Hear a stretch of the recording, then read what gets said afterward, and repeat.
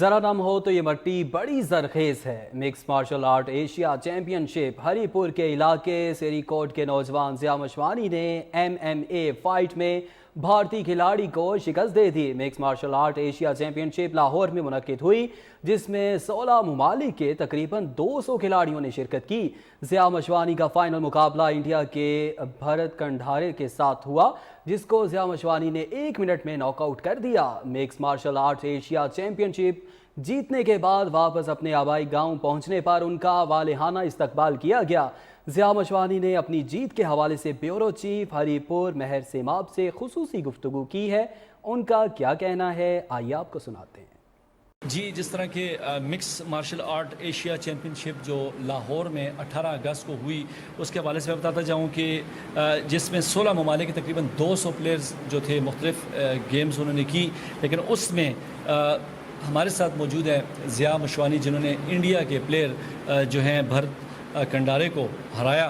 और आज जिस तरह के वो अपने इलाके में आए और यहाँ पर जिस तरह का इस्तकबाल किया गया, अब जहारी कद से वो शुरू हुए, तकरीबन 7 से 8 घंटे तक वो गाज़ी में पहुँचे और यहाँ पर पूरे इलाके के लोग, ना सिर्फ यहाँ के बल्कि मुख्तलिफ इलाकों से लोग यहाँ पर इस्तकबाल के लिए आए, लेकिन उन्होंने इंडिया के प्लेयर को हराया।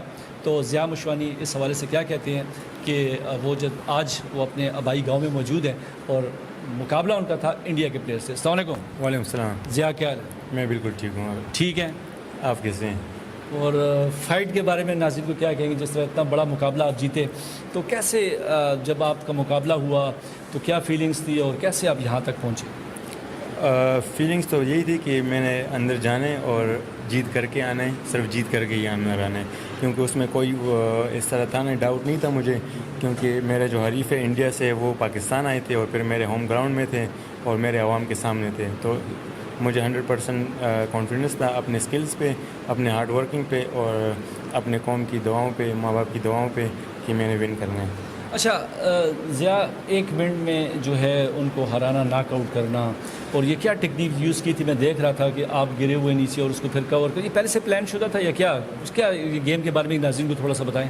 बिल्कुल, जब भी फ़ाइट के लिए आप जाते हैं तो प्रोफेशनल लेवल पे होते हैं तो वो स्टडी की जाती है हमेशा। अच्छा। वो सिर्फ फ़ाइट नहीं कि आप अंदर जाके लड़े, नहीं, आपने अगले बंदे की जो अच्छाइयाँ हैं, उसके जो टेक्निक से जो वो करता है अच्छे से, आप उसको स्टडी करते हैं, आप उसमें नहीं रहते। जैसे कि फ़ाइट में आप देख सकते हैं कि मैं इन आउट अपना डिस्टेंस, ये चीज़ें बड़े मैनेज कर रहा था, मैं रश नहीं कर रहा था जिस तरह की वो घुमा रहा था पंचेस वगैरह, लेकिन मैं इस तरह कुछ भी अटैक नहीं कर रहा था। मैं बड़ा देख के तसल्ली के साथ अपने गेम प्लान के साथ चल रहा था। जो मेरा गेम प्लान था कि अगर वो मेरे साथ स्ट्राइकिंग करेगा तो मैं उसके साथ स्ट्राइकिंग करके उसको नॉकआउट करूँगा।